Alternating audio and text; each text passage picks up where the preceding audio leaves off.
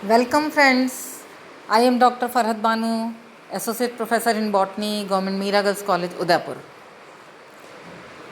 पिछले लेक्चर्स में हमने पॉपुलेशन इकोलॉजी के बारे में पढ़ा था, यानी इकोलॉजी को हम संगठन के स्तरों के आधार पर पढ़ रहे हैं, आगे बढ़ रहे हैं।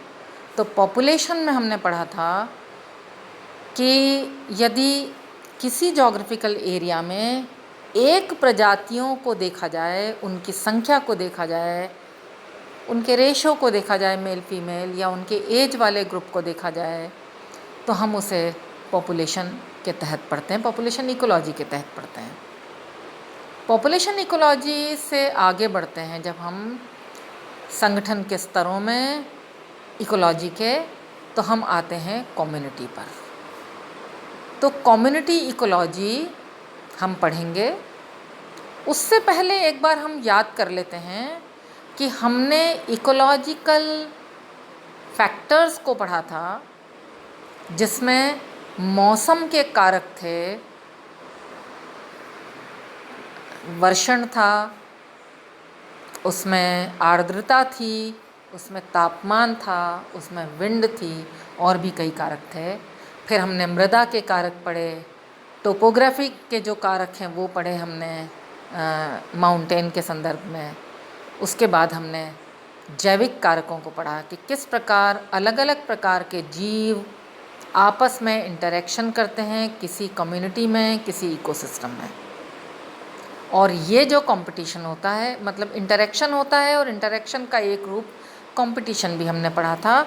और कंपटीशन हम जानते हैं कि इंट्रा स्पेसिफिक भी हो सकता है और इंटर स्पेसिफिक भी हो सकता है। इंट्रा स्पेसिफिक का अर्थ होता है कि एक स्पीशीज़ के जीव जब आपस में इंटरेक्ट करते हैं, जिसको हमने पॉपुलेशन इकोलॉजी में देखा था।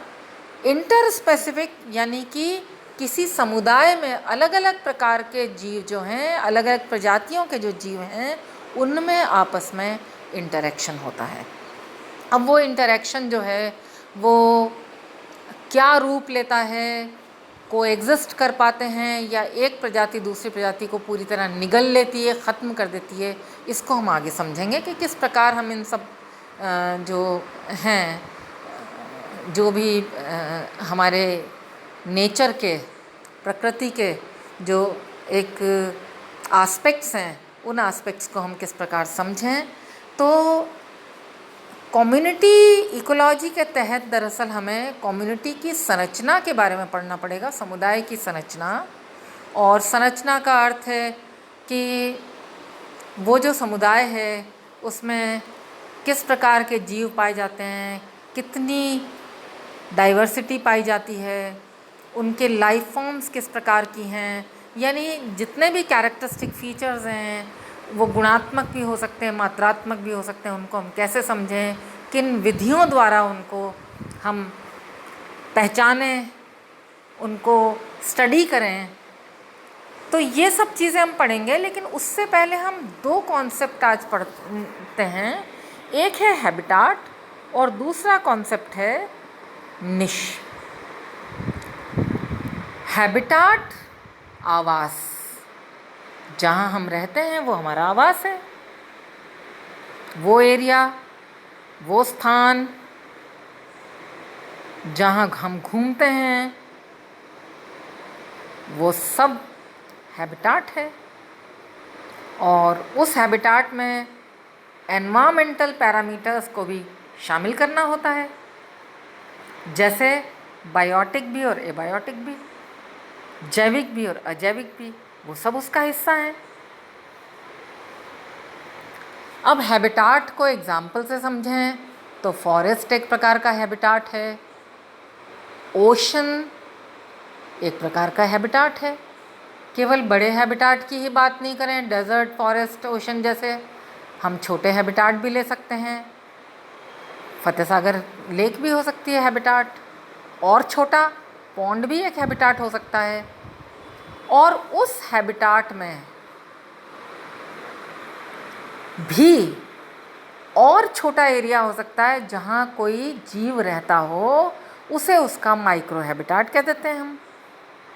जैसे मान लीजिए पेड़ है, उसकी छाल पर कोई ऑर्गेनिज्म रहता है, कोई कीड़े मकोड़े रहते हैं या कोई लाइकेन रहता है, एक से अधिक प्रकार के लाइकेन रहते हैं, तो वो बार्क ऑफ ट्री जो है वो माइक्रो हैबिटाट हो गया। पत्ती हो सकती है, उस पत्ती के ऊपर कोई रह सकता है, उसको हम माइक्रो हैबिटाट कह देते हैं। और हम ये भी जानते हैं कि अलग अलग प्रकार के आवासों में जो जीव रहते हैं वो अलग अलग प्रकार से ढले हुए होते हैं, अनुकूलित होते हैं। जैसे यदि कोई डेजर्ट में प्लांट रह रहा है, जिंदा है, तो इसका अर्थ यह है कि उसमें पत्तियां छोटी होंगी या कांटेदार होंगे, पेड़ या गहरी मूल होगी ताकि पानी को ला सके, खींच सके ज़िंदा रखने के लिए। यदि ठंडे प्रदेशों में कोई एनिमल्स रहते हैं तो उनमें हेयर फैट ज़्यादा होंगे ताकि गर्मी प्रदान की जा सके, उनकी बॉडी को गर्म रखा जा सके वार्मथ के लिए। अब आ जाता है निश। हमने बात करी हम कहाँ रहते हैं, वो हैबिटाट है, और हम कैसे रहते हैं ये निश है। अब कैसे रहते हैं मैं, बहुत सारी चीज़ें इंक्लूडेड हैं। हम क्या भोजन करेंगे, कैसा भोजन करेंगे, हमारा बिहेवियर क्या होगा, बिहेवियरल पैटर्न क्या होगा, कौन सी बेहतर परिस्थितियाँ होंगी सबसे ज़्यादा जिनमें हम एक अच्छे जीवन को जी सकेंगे, एक सक्सेसफुल लाइफ को जी सकेंगे और रिप्रोड्यूस कर सकेंगे कोई भी ऑर्गेनिज्म, कोई भी जीव। यानी केवल खाने और रहने से ज़्यादा होता है निके। तो जो फंक्शनल रोल है किसी ऑर्गेनिज्म का, उसके बहुत सारे अलग अलग आयाम होते हैं, अलग अलग डायमेंशंस होते हैं उसके निके को के, या निश जैसे बोलते हैं उसे। और उसको समझना, हम ये तो नहीं कहते हैं कि बहुत आसान है, क्योंकि कई आयामों में उन्हें समझना होता है। लेकिन कोशिश ये की है हमने कि बहुत ज़्यादा डिटेल में नहीं जाएं हम, और कम डिटेल में जा कर के और कुछ एस्पेक्ट्स को, कुछ डायमेंशंस को समझा दिया जाए। तो हम ये कह सकते हैं कि किसी भी ऑर्गेनिज्म की अपनी कम्युनिटी में जो पोजीशन होती है वो निश कहलाती है। कैसे वो कॉलोनाइज करता है, कैसे वो सह अस्तित्व में जीता है दूसरे ऑर्गेनिजम्स के साथ, किस प्रकार वो बाकी पैरामीटर्स के साथ रिएक्ट करता है, किस प्रकार वो सक्सेसफुली रिप्रोड्यूस करता है और जीता है, क्योंकि एनवायरमेंटल फैक्टर्स का भी बहुत की रोल होता है, हमें मालूम है। तो किस प्रकार वो रिस्पॉन्ड करता है संसाधनों के साथ या कंपटीशन में, प्रतिस्पर्धा में। दरअसल उसका कार्य क्षेत्र जो है वो उसकी निश होती है। हम बहुत ही अगर एक मतलब बहुत साइंटिफिक तो नहीं कहेंगे, लेकिन इस तरह समझ सकते हैं कि हमारा जो रहने का स्थान है, जो हमारा पता है, एड्रेस है, वो हैबिटाट हो गया, और जो हमारा फंक्शनल रोल है वो हमारा निश हो गया। अब निश दो प्रकार का है, एक है फंडामेंटल निश, दूसरा है रियलाइज्ड निश। फंडामेंटल निश जो है वो एक आदर्श की तरह है, वो एक थ्योरेटिकल है, सैद्धांतिक है, लेकिन प्रैक्टिकल जो है, एक्चुअल जो है, वो वास्तविक निश है। ये इस प्रकार है कि जैसे ए और बी दो स्पीशीज़ हैं, ए और बी ये दो स्पीशीज़ हैं, लेकिन इन दोनों स्पीशीज़ में आपस में कंपटीशन नहीं है। क्यों नहीं है? क्योंकि दोनों की फूड हैबिट्स अलग हैं, अलग अलग ऑर्गेनिजम्स पर ये निर्भर हैं अपने भोजन के लिए। अलग अलग तरह के पेड़ पत्ते खाते हैं ये, तो कोई कंपटीशन नहीं है। स्पेस भी अलग अलग उसमें रहते हैं वो, उनके ब्रीडिंग समय भी अलग अलग हैं। तो किसी भी प्रकार से स्पेस के लिए, रिसोर्सेज के लिए कोई कंपटीशन उनमें नहीं है। सब को सनलाइट मिल रही है, सबको पानी मिल रहा है, सबको हवा मिल रही है, न्यूट्रिएंट्स मिल रहे हैं।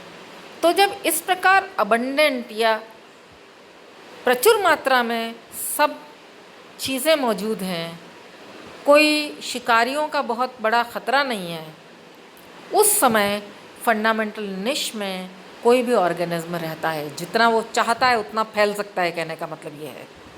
लेकिन ऐसा प्रकृति में नहीं होता है। प्रकृति में कंपटीशन इस प्रकार का पाया जाता है।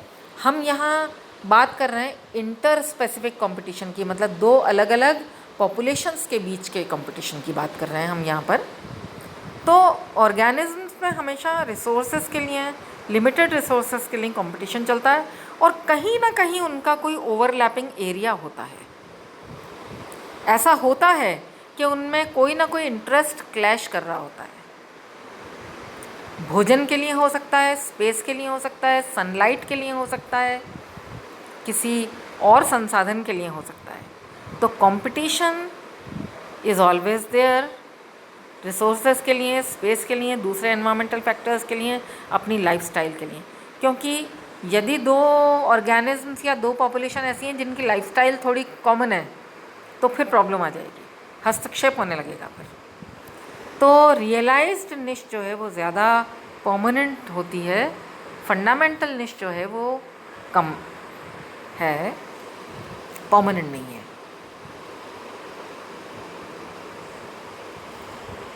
अब हम इसके इन निश को भी हम एग्जाम्पल से समझेंगे। उससे पहले हम गॉस प्रिंसिपल को देख लेते हैं। दरअसल गॉस प्रिंसिपल को वापस से फ्रेम किया था हार्डिन ने 1960 में, और उसका नाम दे दिया था कॉम्पिटिटिव एक्सक्लूजन प्रिंसिपल। यानी प्रतिस्पर्धा में बाहर हो जाता है, एक्सक्लूड हो जाता है, उसका क्या सिद्धांत है। तो ये प्रिंसिपल ये कहता है कि यदि पूर्ण रूप से कोई प्रतिस्पर्धी हैं तो लंबे समय तक वो सह अस्तित्व में नहीं रह सकते। हम एक एग्जाम्पल से समझने की कोशिश करें तो ये प्रिंसिपल भी समझ में आ जाएगा, और फिर हम फंडामेंटल और रियलाइज निश को भी उसी से समझ लेंगे। एक इंटरटाइडल एरिया है, यानी ऐसा किनारा है जहाँ लो टाइड और फिर हाई टाइड चलती रहती हैं। उस एरिया में क्रैब की 2 स्पीशीज़ देखी गई। लो टाइड में ए स्पीशीज़ देखी गई, लो टाइड में ए स्पीशीज़ देखी गई, और हाई टाइड में बी स्पीशीज़। तो देखने पर ऐसा लगता है कि ये कोएग्जिस्ट कर रही हैं, इन्होंने अपना बंटवारा कर लिया है और उस बंटवारे के साथ वो आराम से जी रही हैं। लेकिन एक्सपेरिमेंट्स के तहत जब ए को रिमूव कर दिया गया वहाँ से, तब ये देखा गया कि बी का जो स्प्रेड था वो ए की जगह पूरी तरह हो गया। इसका अर्थ ये हुआ कि बी लो टाइड जोन के लिए भी बनी है, लेकिन ए की प्रेजेंस में बी को वहाँ से हटना पड़ा। यानी ए डोमिनेट कर रही थी बी के रिलेशन में, तो जहाँ ए को रहना है वहाँ उसने बी को नहीं रहने दिया, उसने एक्सक्लूड कर लिया। कंपटीशन में ए जीत गई, बी हार गई। लेकिन इससे उलट यदि बी को हटा दिया गया तो ए ऊपर नहीं गई, ए को जाना ही नहीं था, यानी वो बनी ही लो टाइड के लिए ही है। इसका अर्थ ये हुआ। तो इसका अर्थ ये हुआ कि जहाँ ए का जोन है वहाँ वो बी को नहीं पनपने देगी। उस जोन में वो जो है ए वो डोमिनेट करती है और बी इन्फीरियर हो गई उससे। अब यहाँ हमने इसको इस एग्जाम्पल से कॉम्पिटिटिव एक्सक्लूजन प्रिंसिपल को तो समझ लिया कि किस प्रकार कंपटीशन में एक एरिया जो डोमिनेंट स्पीशीज़ का एरिया है वहाँ से वो दूसरी स्पीशीज़ को एक्सक्लूड कर देती है, बाहर कर देती है, और दूसरी स्पीशीज़ भी अपने आप को एडेप्ट कर लेती है कि ठीक है हम दूसरी जगह भी जी लेंगे, यहाँ आप जिए। इसको हम एग्ज़ाम्पल में हम फंडामेंटल और रियलाइज्ड निश को भी समझने की कोशिश कर सकते हैं इसी एग्ज़ाम्पल में।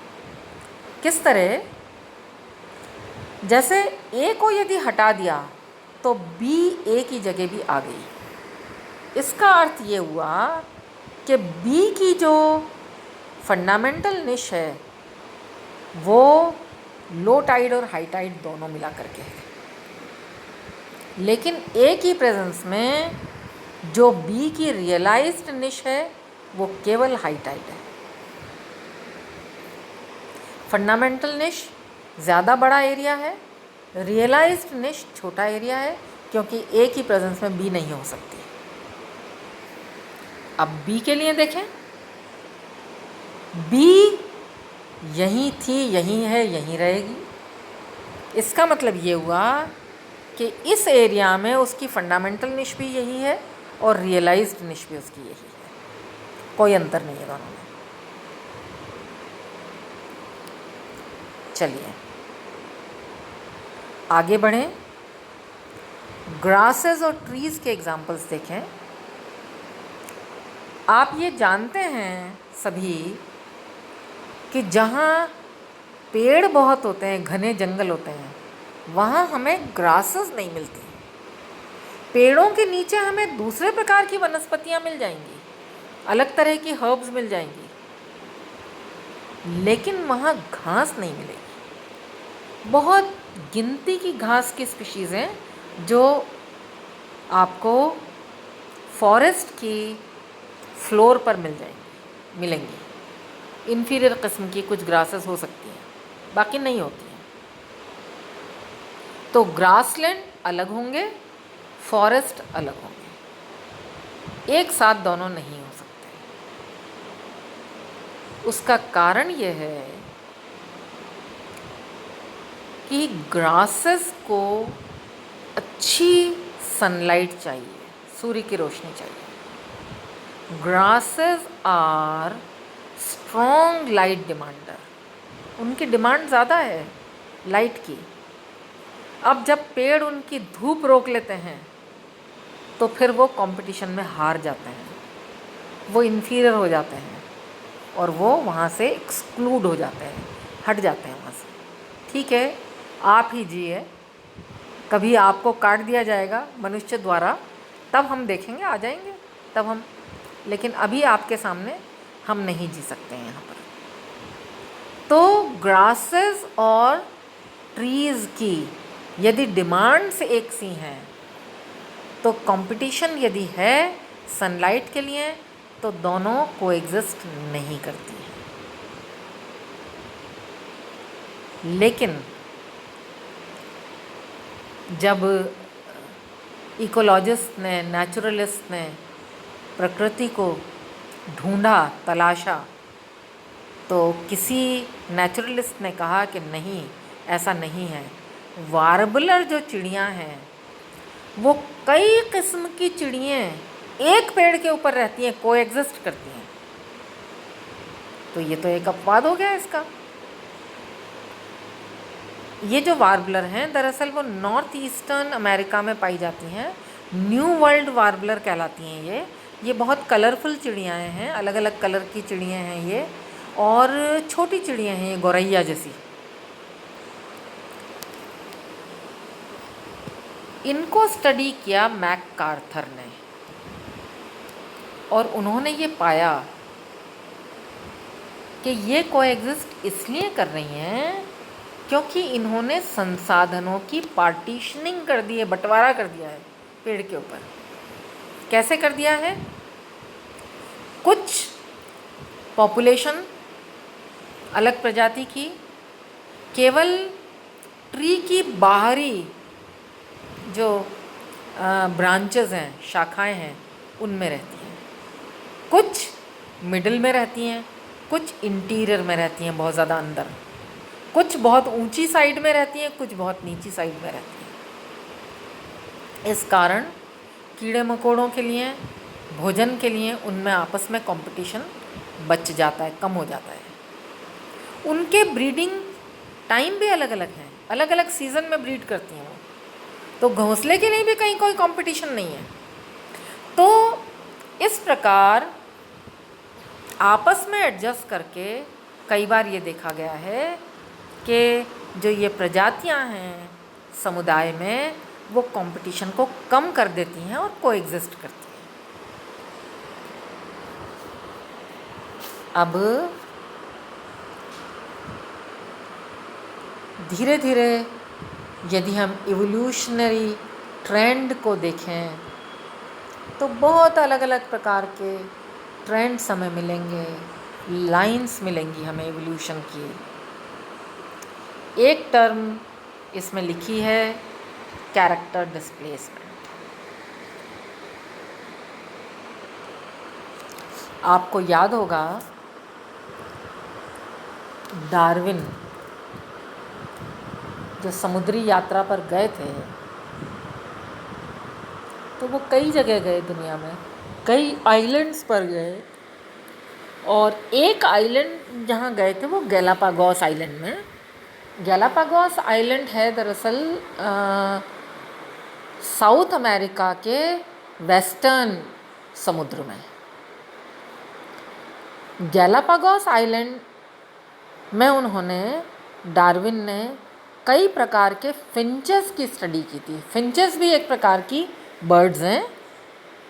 तो उन फिंचेस की स्टडी में उन्होंने ये पाया था कि उनकी बीक जो हैं फिंचेस की, वो अलग अलग प्रकार से अडेप्ट हो गई हैं। मैं अभी आगे आपको उनका फ़ोटो दिखाऊंगी।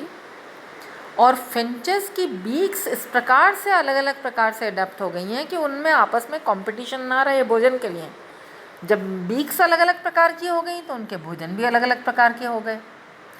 तो जब उनके भोजन अलग अलग प्रकार के हो गए, क्योंकि मेन जो लड़ाई होती है वो भोजन के लिए होती है। अगर एक ही प्रकार का भोजन है तो फिर प्रजातियों में आपस में झगड़ा होगा।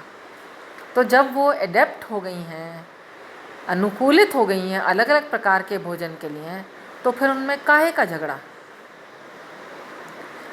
इसी प्रकार ये देखा गया कि एक प्रकार की लिजार्ड्स होती हैं, छिपकलियाँ, उनके पाँवों के साइज़ अलग अलग होते हैं। एक ही पेड़ पर वो रहती हैं अलग अलग प्रजातियों की, उनकी लेग्स की साइज़ अलग होने से वो अलग अलग प्रकार की ब्रांचेस पर रहेंगी, कोई मोटी ब्रांच पर, कोई पतली ब्रांच पर। तो वहाँ भी कंपटीशन कम हो जाता है, कंपटीशन जो है वहाँ पर भी कम हो जाता है। तो जब कंपटीशन कम हो जाता है तो कोएग्जिस्ट करने में उनको कोई दिक्कत नहीं आती। तो इस प्रकार हमने ये समझने की कोशिश की है कि प्रकृति में समुदाय जो आपस में रहते हैं वो किस खूबसूरती के साथ रहते हैं, किस प्रकार वो कंपटीशन को कम करते हैं, किस प्रकार वो कोएग्जिस्ट करते हैं, और किस प्रकार इवोल्यूशन आगे बढ़कर इस प्रकार की परिस्थितियां पैदा करता है जहां बेहतर तरीक़े से कोएग्जिस्ट कर सकें अलग अलग समुदाय, एक अलग अलग प्रकार के पॉपुलेशन। आज बस इतना ही। थैंक्स।